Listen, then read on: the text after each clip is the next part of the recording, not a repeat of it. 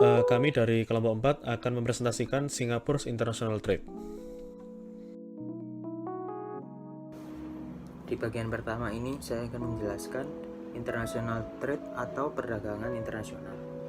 Perdagangan internasional merupakan salah satu aspek penting dalam menunjang pertumbuhan ekonomi suatu negara. Perdagangan internasional sendiri adalah transaksi atau perdagangan barang dan jasa antar negara melalui ekspor dan impor yang dilakukan lintas negara. Perdagangan internasional memainkan peranan penting dalam meningkatkan kesejahteraan dunia karena dapat membantu satu sama lainnya. Sejarah International Trade Singapura. Sejak tahun 1960-an, Singapura telah mengadopsi kebijakan industrialisasi berorientasi ekspor, mempromosikan ekspor barang dan jasa di pasar internasional. Ada sedikit hambatan terhadap impor barang dan jasa. Meskipun kebijakan intervensionis pemerintah yang terkenal dengan regulasi dan kepemilikan, banyak perusahaan Singapura yang telah dikritik.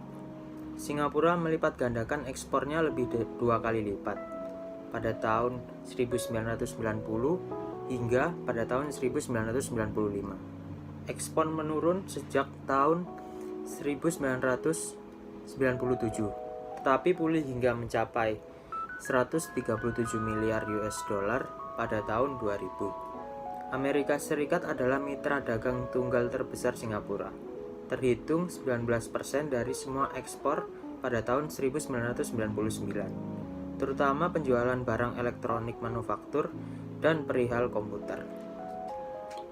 Sebagian besar ekspor ini berasal dari perusahaan milik AS, yang secara tradisional merupakan investor terbesar dalam perekonomian Singapura. Hong Kong dan Jepang juga merupakan tujuan ekspor penting, masing-masing menyumbang 8% dan 7% dari ekspor. Perjanjian Dagang Singapura. Sebagai negara dengan pasar domestik kecil yang bergantung pada impor untuk pangan, energi, dan bahan baku industri, Singapura merupakan prioritas tertinggi pada sistem perdagangan multilateral yang diwujudkan oleh Organisasi Perdagangan Dunia (WTO). Sebagai anggota WTO, Singapura percaya bahwa WTO dapat menyediakan kerangka kerja yang stabil, mengembangkan aturan multilateral yang baik, memastikan bahwa barang dan jasa dapat mengalir dengan bebas dengan hambatan minimum. Tujuan utama dari kebijakan perdagangan Singapura adalah untuk menjaga kepentingan perdagangannya dengan memastikan lingkungan perdagangan internasional bebas dan terbuka. Bersamaan dengan dukungan WTO, Singapura telah menganjurkan agar upaya perdagangan dilakukan dalam konteks regional seperti APEC, Asia Europe Meeting, dan ASEAN, serta penjajahan perdagangan bebas FTA bilateral yang mempercepat momentum liberalisasi perdagangan dan memperkuat sistem perdagangan multilateral. Ini secara aktif mengejar beberapa pengaturan yang mengikat secara hukum dengan mitra dagang. Perjanjian Perdagangan Bebas AS dan Singapura (FTA) telah berlaku sejak tahun 2004. Singapura juga memiliki banyak FTA bilateral dan regional termasuk dengan beberapa negara seperti Australia, China, Costa Rica, India, Jepang, Yordania, Selandia Baru, Korea Selatan, Panama, Peru, Sri Lanka, Uni Eropa, dan Turki. Singapura adalah peserta negosiasi perdagangan regional Kemitraan Ekonomi Komprehensif Regional yang mencakup 10 negara penghimpunan bangsa-bangsa ASEAN, ditambah dengan negara Australia, China, Jepang, Korea, India, dan Selandia Baru, dan juga merupakan peserta dalam 11 anggota perjanjian komprehensif dan progresif untuk kemitraan Trans-Pasifik.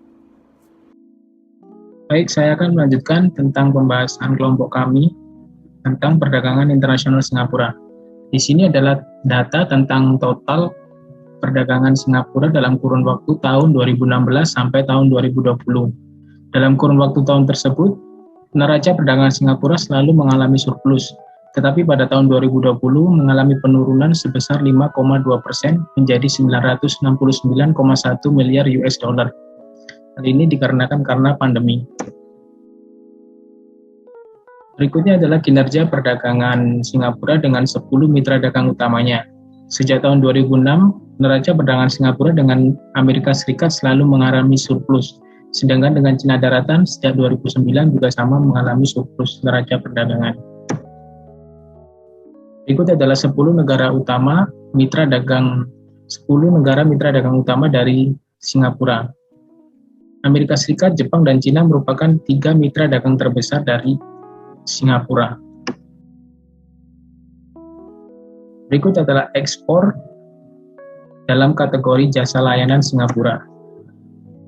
3 komoditas tertinggi dalam ekspor jasa layanan Singapura adalah transport dengan 20,3%, jasa lainnya 18,6%, dan finansial sebesar 16,9%. Berikut adalah impor kategori jasa layanan yang dilakukan oleh Singapura. Sektor 3 besar impor Singapura dalam kategori jasa layanan adalah transport dengan 30,5%, jasa lainnya 17%, dan bisnis manajemen 11,7%. Di sini ada komoditas ekspor Singapura. Nah, yang paling besar di sini adalah permesinan, lalu diikuti oleh produk mineral atau pertambangan, produk kimia, peralatan, material berharga seperti emas, lalu plastik dan karet, lalu makanan dan minuman. Di sini yang diekspor oleh banyak dari Singapura ke Indonesia adalah refined petroleum atau produk mineral yang berbentuk seperti kayak bensin, minyak, dan sebagainya. Selain tujuan ekspor ke Indonesia, rata-rata ekspor dari Singapura yang paling besar adalah Asia, diikuti oleh Eropa, lalu Amerika Utara, dan Australia. Di sini ekspor yang paling banyak dari Singapura adalah China, Hong Kong, dan Malaysia. Baru ekspor terbesar nomor 4 adalah Indonesia. Slide 13. Lalu selanjutnya ada komoditas impor Singapura.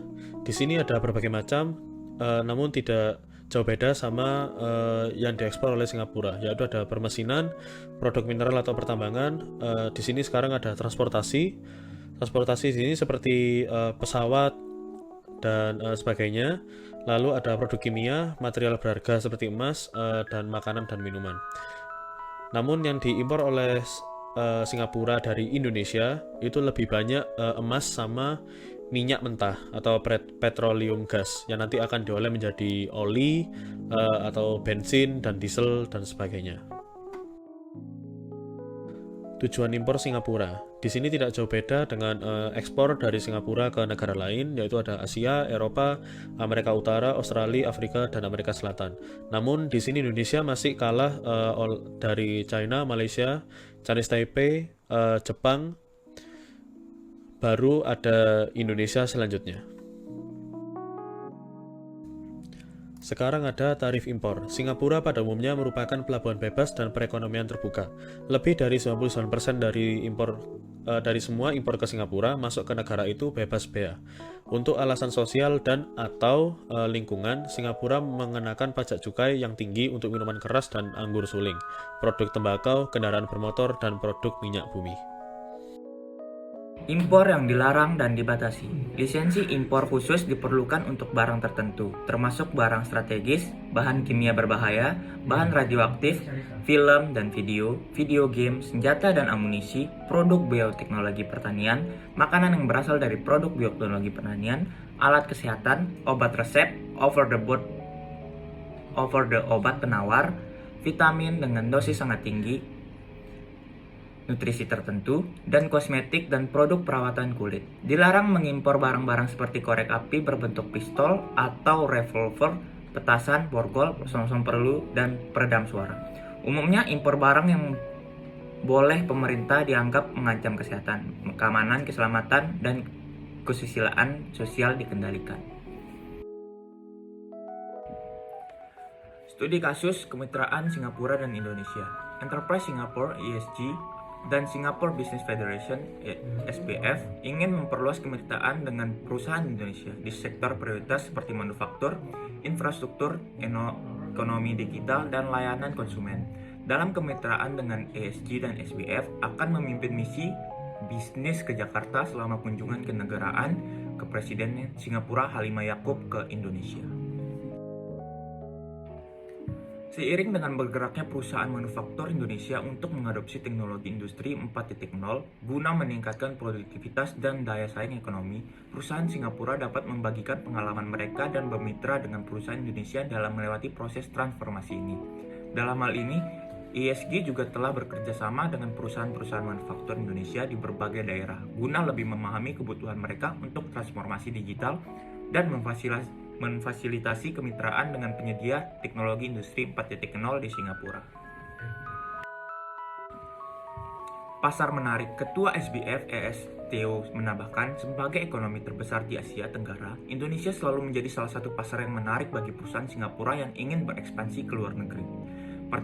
Partisipasi yang kuat oleh bisnis Singapura juga mencerminkan minat positif perusahaan kami untuk menjajaki potensi besar di Indonesia, mengingat fundamentalnya yang kuat dan besarnya pasar kelas menengah yang sedang tumbuh. Singapura dan Indonesia merupakan bagian dari kawasan perdagangan bebas ASEAN dan memiliki perjanjian pajak ganda yang memberikan keringanan dari pajak berganda dalam situasi di mana pendapatan dikenakan pajak di kedua negara. Perjanjian ini tidak hanya meningkatkan arus perdagangan dan investasi, tetapi juga memberikan insentif yang lebih besar bagi perusahaan untuk berekspansi ke ASEAN. Sekian presentasi dari kami. Bila ada kesalahan kata, mohon dimaafkan. Terima kasih.